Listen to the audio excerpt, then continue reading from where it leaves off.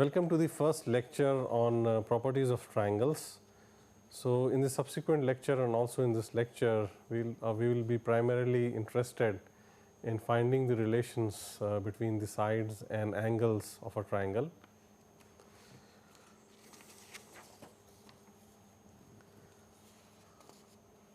So, today we will be mostly discussing some of the very basic and fundamental relations. So, the very first fundamental relation which comes to mind is known as the sine law, and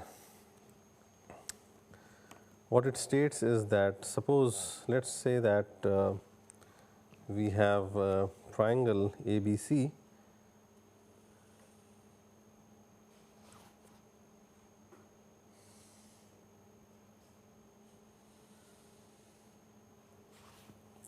So, let us say that this is triangle ABC whose corner points or vertices are A, B and C, and we shall also be denoting the angles.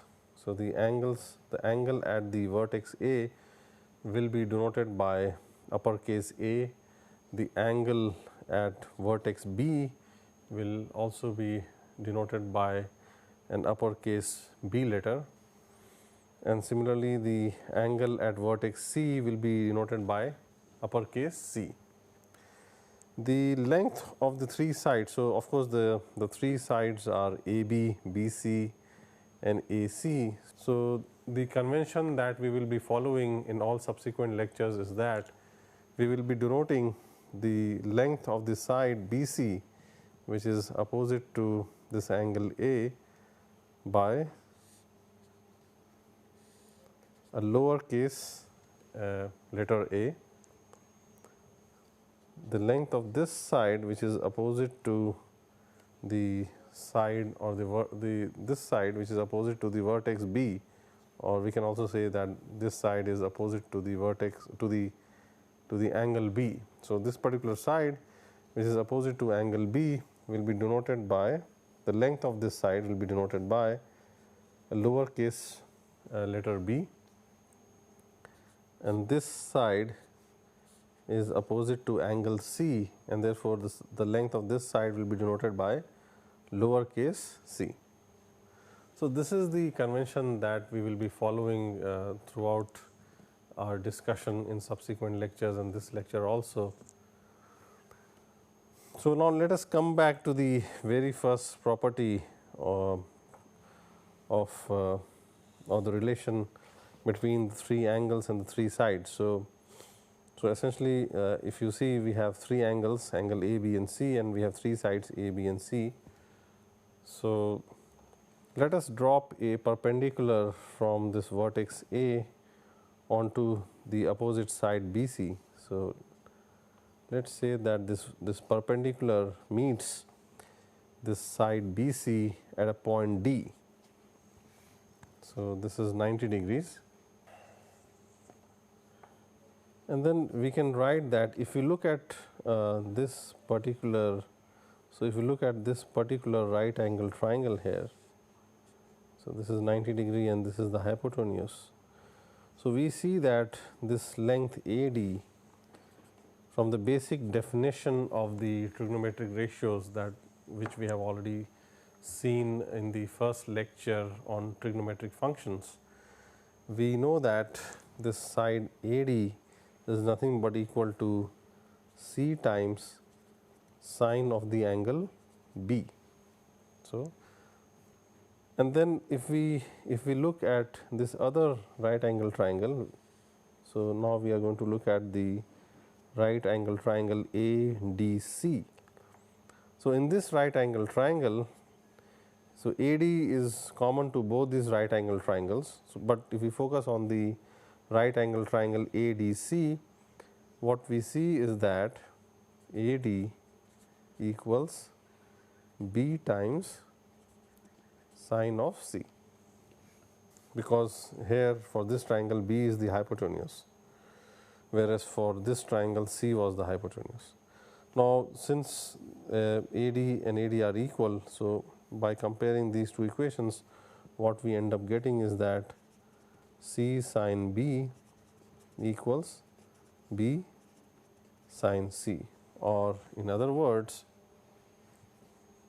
C by sine of angle C is equal to B by sine of angle B. And in a similar manner, if we drop a perpendicular from this side C, if we drop in a similar manner, if we drop a perpendicular from the vertex C onto the side AB.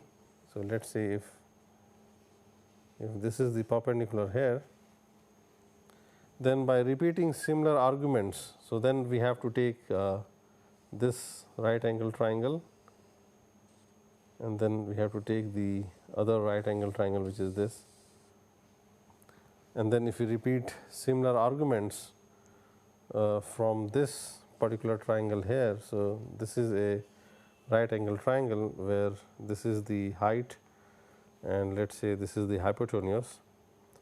So, and let us say that this point here is E. So, what we get is that CE equals, so CE equals B sine of A, but then this is also a right angle triangle. This is also a right angle triangle. So, I am referring to the right angle triangle CEB now. Now, in this right angle triangle, we can again write that CE equals A. So, this length A into sine of B. So, these things obviously follow from the definition of the sine of an angle in a right angle triangle. So, for example, if we take if we just redraw, so I have essentially redrawn this particular right angle triangle CEB here. So, this is our angle B. So, we know from the trigonometric definition of the trigonometric ratios, we know that the sine of angle B is equal to the side CE, which is CE over the hypotenuse, which is BC, and this is equal to CE over, but BC is equal to A. So, this is A. So, we have sine B is equal to CE over A, and from this equation it follows that CE is equal to A sine B, and therefore, since CE is the same here, this B sine A and A sine B are also equal, and from these two set of equations, what will follow is that, so from these two set of equations, it will follow that B divided by sine B is equal to A divided by sine A. So, from here we will get B divided by sine B is equal to A divided by sine of A. But when we compare this and this, eventually we see that all these three, so C over sine C, B over sine B and A over sine A are all equal. So, then we can finally write that A over sine A is equal to C over sine C is equal to B over sine B, and this is what is precisely known as the sine law. And it just does not hold in this case. The first triangle that we had drawn was an acute angle triangle.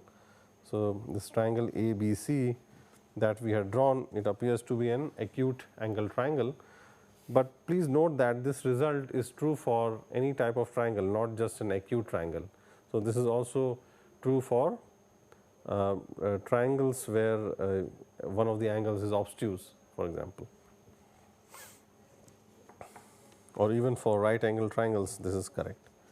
So, just like the sine law, there is the cosine law also, and we will again try to derive it here. So, let us take the same triangle again. So, we again have the triangle ABC, and then we have a perpendicular from the vertex A to the side BC, and it meets the perpendicular meets the side BC at the point D, and then this of course is C, and this side is B, the length of this side is B, the length of this side is A. If we now focus on the right angle triangle ABD, which is this right angle triangle, we can write down the Pythagoras theorem. From the Pythagoras theorem, we can write that AB whole square equals AD whole square plus BD whole square. So, AB whole square is AD whole square plus BD whole square. But what is BD? BD is exactly equal to BC, this whole length BC minus CD. So, we are going to, in this equation, we are going to substitute BC minus CD in place of BD here. So, what then we get is that AB square is equal to AD square plus BC minus CD whole square. And then a little algebra shows that this is equal to AD square plus BC square plus CD square minus 2 times BC times CD. And then we try to combine AD square with CD square, and if we see, then from this right angle triangle here, so if we just see this right angle triangle ACD, then in this right angle triangle, again from the Pythagoras theorem, we see that AD square plus CD square, so AD square plus CD square is actually equal to AC square. So, this plus this is actually AC square. So, then what we have here is AC square plus BC square minus 2 into BC into CD. But what is AB? So, AB is actually equal to C. So, the left hand side is C square equal to AC is equal to B. So, this becomes equal to B square plus BC is exactly equal to A. So, this term becomes A square minus 2 into A, because BC is A, times CD. So, CD here, so this angle is C. So, therefore, if I look at this right angle triangle here, then from the basic definition of the trigonometric ratios, I know that CD is equal to the hypotenuse, which is B, times the cosine of the angle C. So, I am going to use this here, and then what I get is 2 times BC, which is A, times CD, which is B cos C. So, I get B times cos of C. And therefore, from here, what we can further write is that cos of the angle C is equal to B square plus A square minus C square over 2AB. So, using this formula, the use of this formula, so this is called the cosine law for the angle C.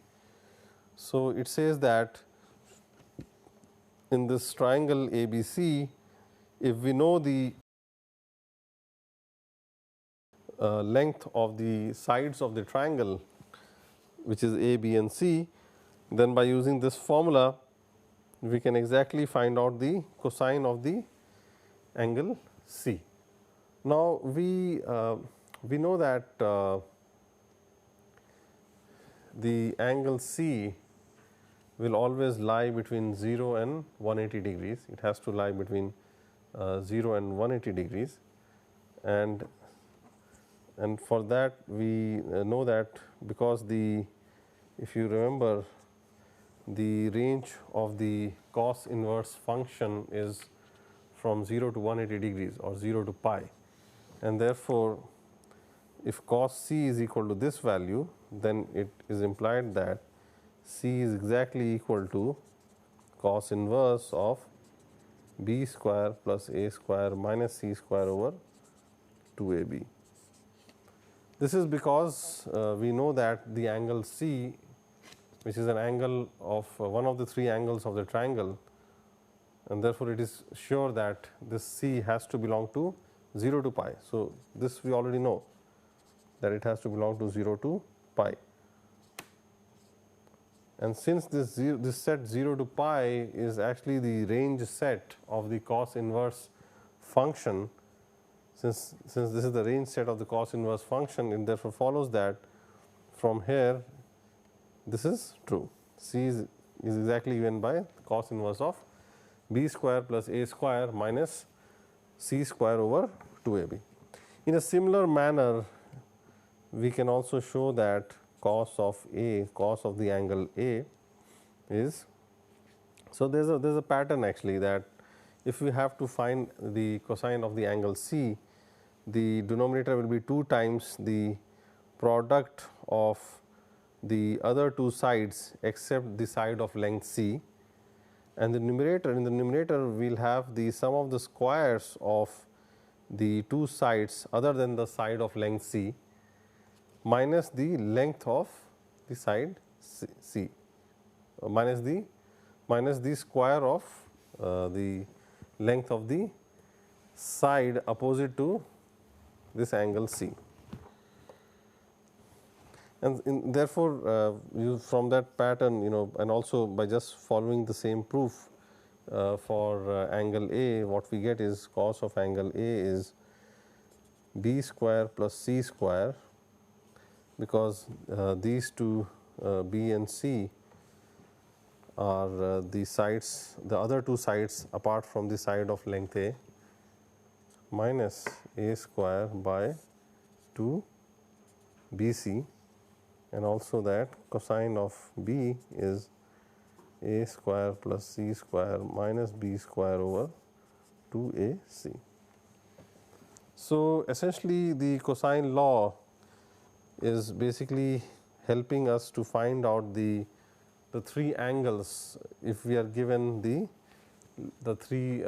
length of the three sides of a triangle. So, if we know the lengths of the three sides of the triangle, then using the cosine law we can also find the three angles.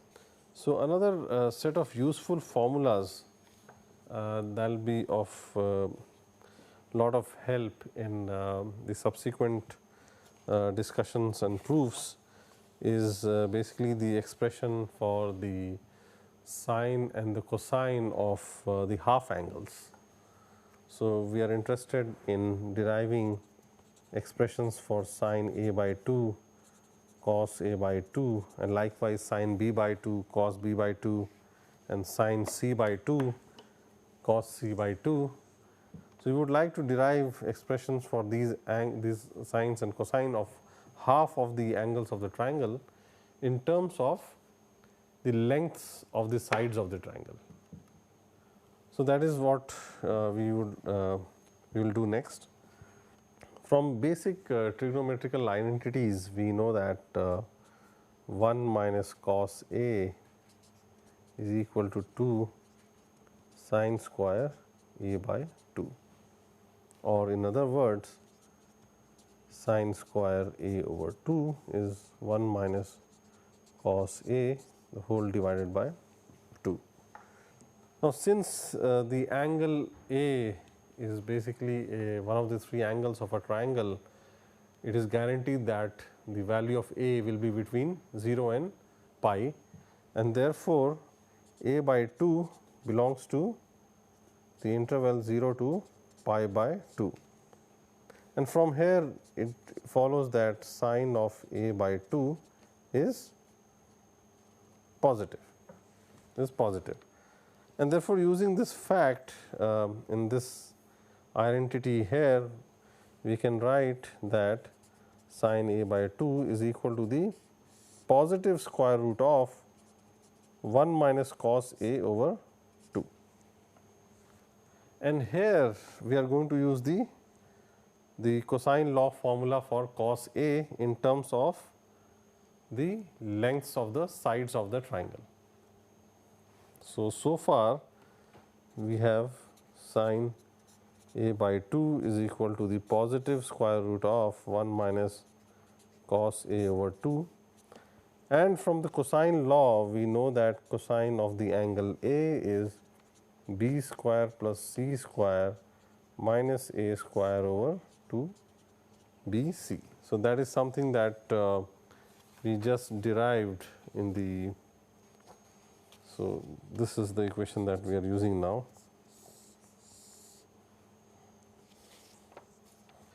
So, we will replace this cosine of a here with this expression. So, when we do that, what we get is that sine of a over 2 is equal to square root of 1 minus b square plus c square minus a square over 2 bc over 2. So, all of this is inside the square root, and that is equal to square root of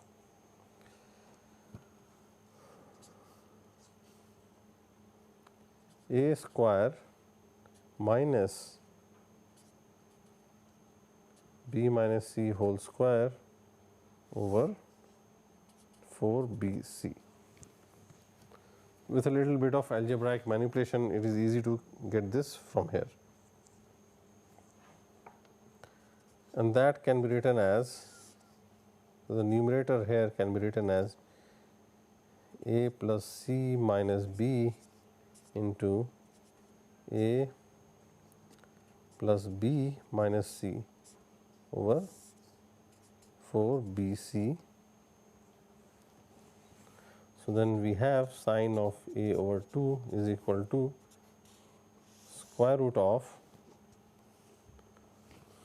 so we can write the, so both of these we can, so for example, for the first one here can be written as a plus b plus c, which is the perimeter, minus 2b. So, then we have a plus b plus c minus 2b into a plus b plus c minus 2c over 4 bc. And then let us define by S half of the perimeter of the triangle. So, a plus b plus c is the perimeter of the triangle, and this S is nothing but the semi perimeter of this triangle. So, that we will define as S. So, if you know the sides, the length of the sides of the triangle, then the semi perimeter is also known immediately.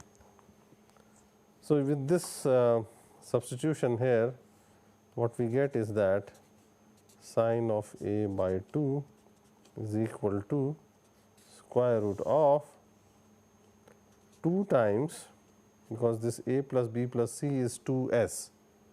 So, 2 times s minus b multiplied by 2 times. So, this will be 2 times s minus c over 4 bc, and the 4 and the 4 will get cancelled. So, this is simply equal to square root of s minus b into s minus c over bc. So, this is the formula for the half angle in terms of the lengths of the sides of the triangle. In a similar manner, we will try to find out an expression for the cosine of the half of the angle A. So, we are interested in finding out the expression for cos of a by 2.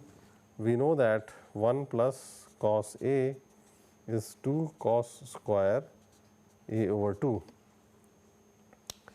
We also know that since a belongs to the interval 0 to pi, it follows that a by 2 belongs to the interval 0 to pi over 2, and from here it follows that cos a by 2 is always positive, and therefore, from here we can say that cos a by 2 is equal to the positive square root of 1 plus cos a over 2. And here again we are going to use the cosine law. So, we are again going to use the cosine law, and we substitute. So, we from the cosine law we know that cos of a is equal to b square plus c square minus a square divided by 2b c. So, if we substitute this right hand side into this expression here, what we end up getting is that cos a by 2 is square root of 1 plus b square plus c square minus a square over 2bc, everything divided by 2, that is cos of a by 2 equals square root of b plus c whole square minus a square over 4bc,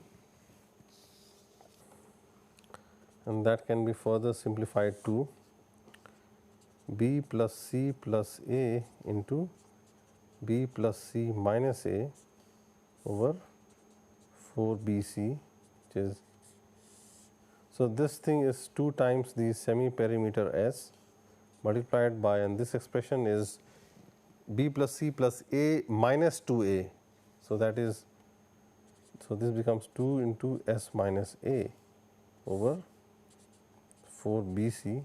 So, finally, what we get is that the cosine of the half angle of a is square root of S into S minus a over bc.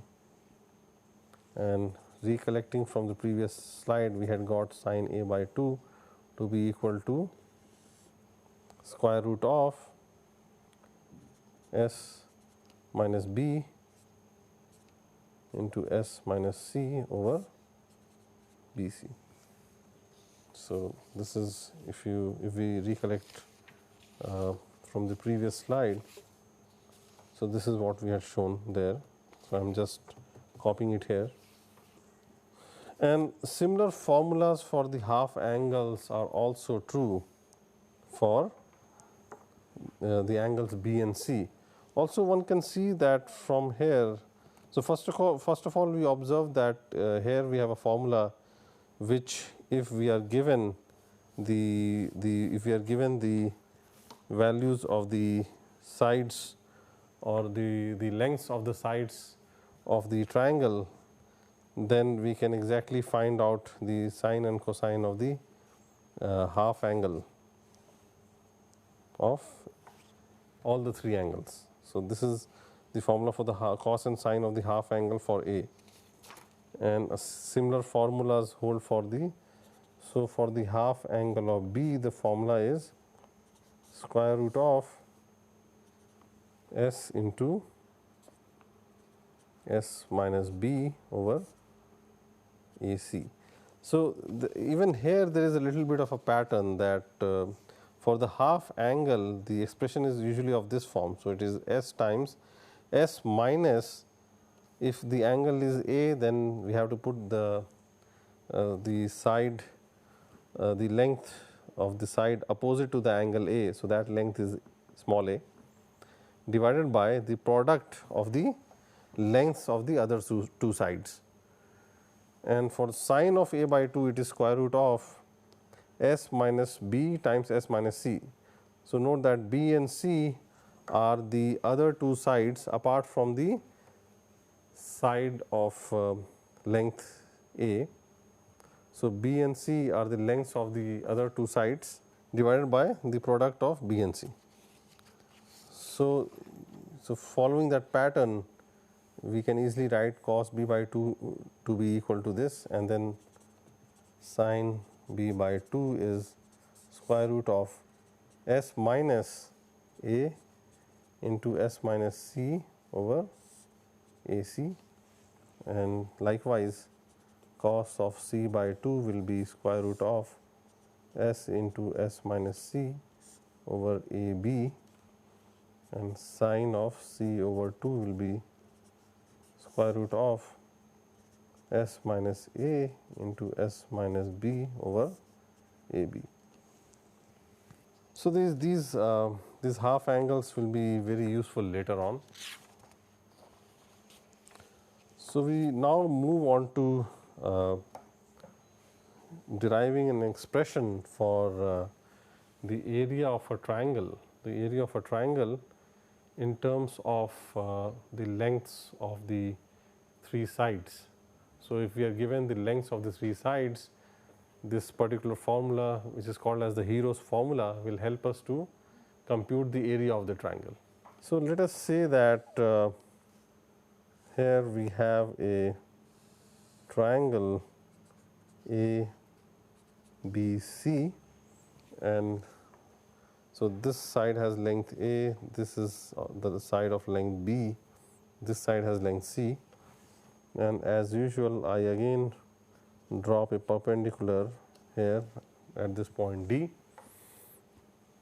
Then the area of this triangle is simply given by, so area is usually denoted with this Greek symbol delta. So, the Greek symbol delta is usually used to denote the area of this of triangle ABC. So, this is nothing but half into base into height. So, the base is BC. So, this is A. So, half into A. So, half into base multiplied by height. So, height is AD. So, area is A by 2 times AD. But if we look at this particular right angle triangle here, then we know that AD is simply equal to, so this length is C. So, AD is equal to C into sine of this angle, but this angle is B. So, AD is equal to C times sine of angle B. So, therefore, finally, what we have is the area is AC into sine B over 2. But then let us say we only want to, the hero's formula will eventually give an expression for the area only in terms of the lengths of the sides. So, this is an angle. So, we need to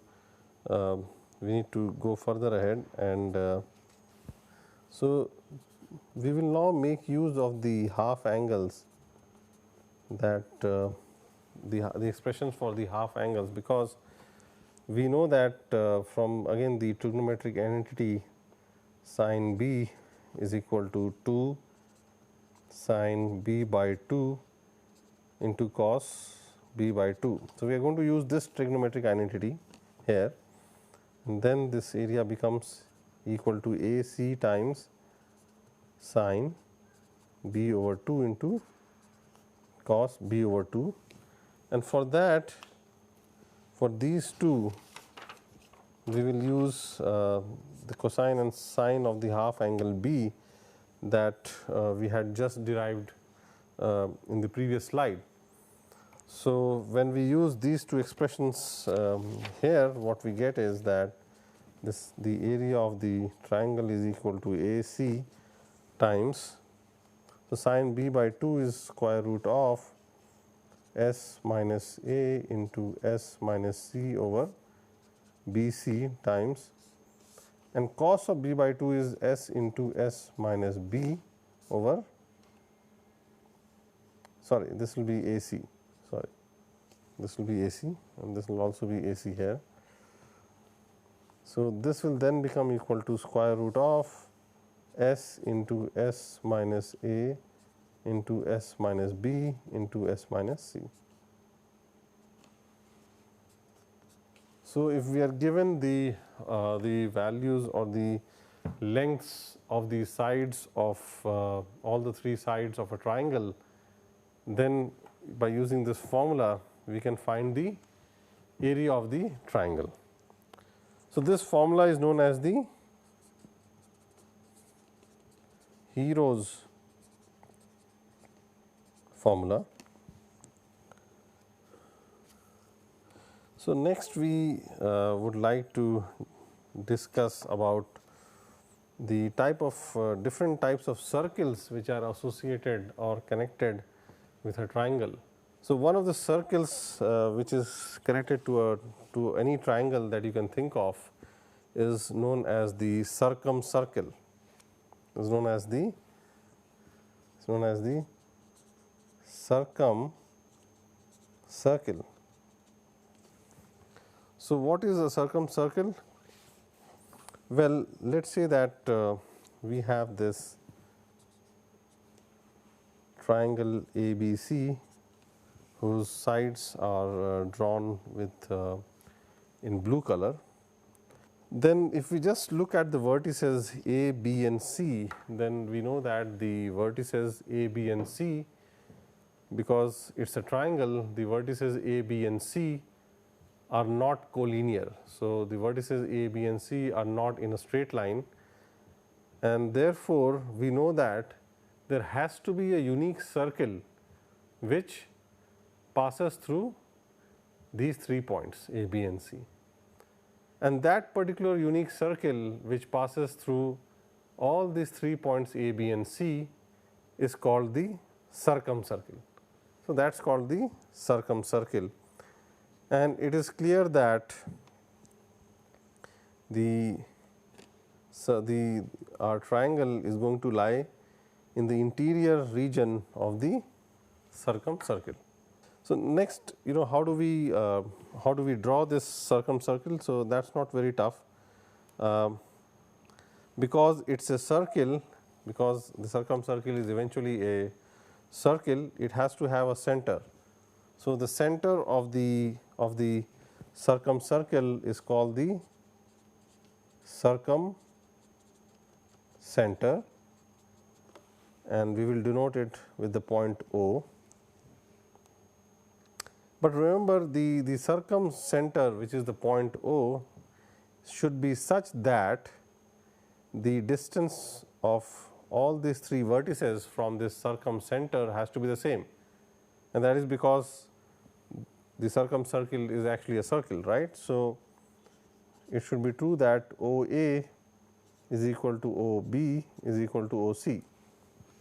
Now, but since OA is equal to OB, it follows that the circumcenter point O must lie on the perpendicular bisector of the line segment AB.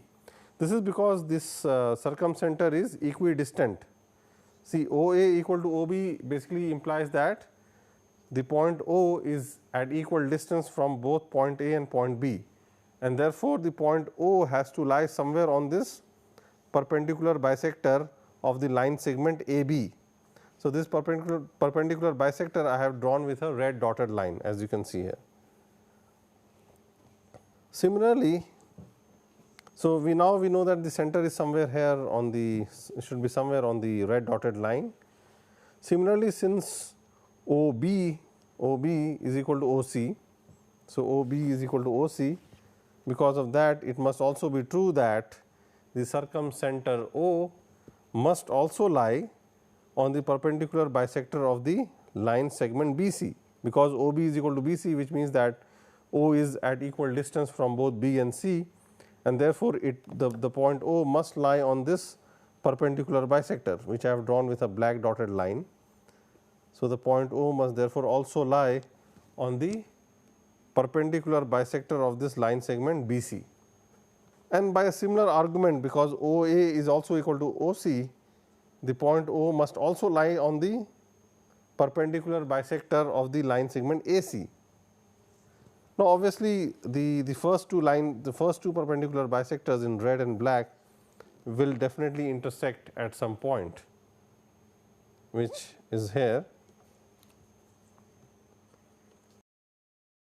and the third perpendicular bisector in blue has to also pass through it, So, this particular point here is the which is the so this point here, which is the intersection of all the three perpendicular bisectors in red, black and blue. All of these three different perpendicular bisectors of the three sides are going to intersect at a common point O, which is going to be the radius, which is going to be the center of this circumcircle. And the radius of this circumcircle is called as circumradius.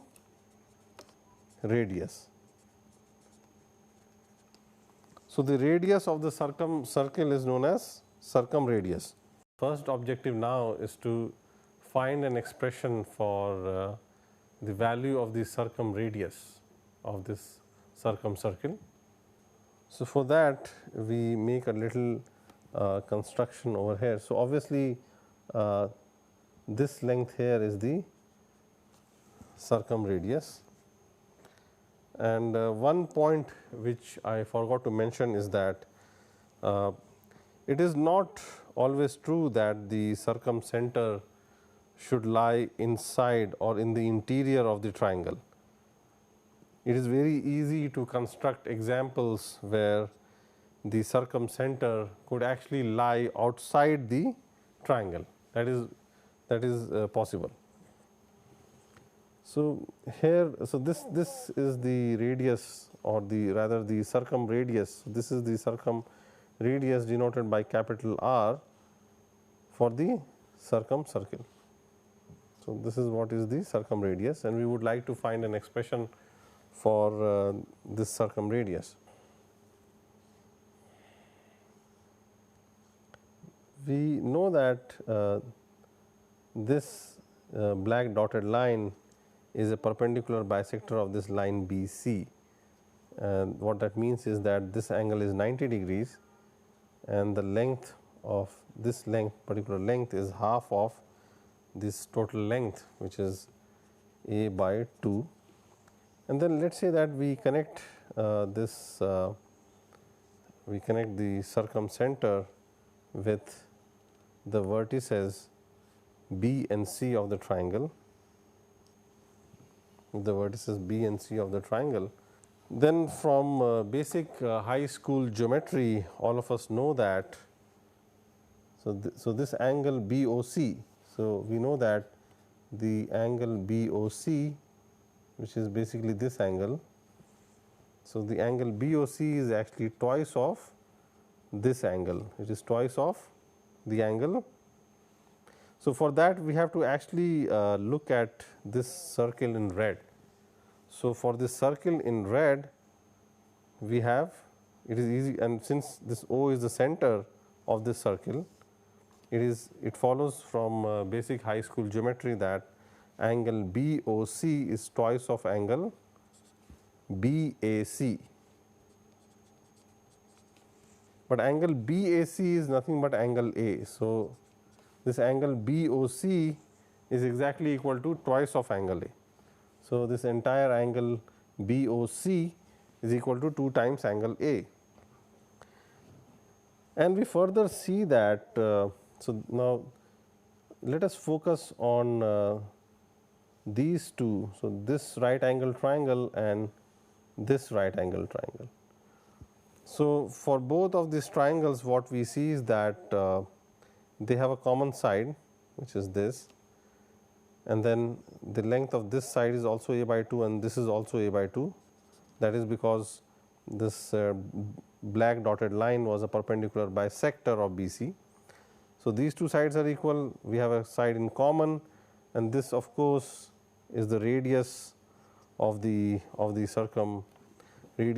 circumcircle, and therefore, even these two sides are equal, and hence this shows that this right angle triangle is congruent to this right angle triangle.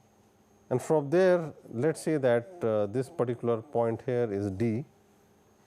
So, from here it follows that because these two triangles are congruent, it follows that angle BOD, so this angle BOD, so I am just talking of this particular angle here, angle BOD is basically half of this whole angle.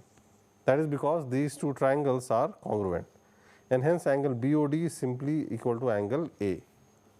And then if we focus on this particular right angle triangle BOD, so let us focus on the right angle triangle, this right angle triangle BOD.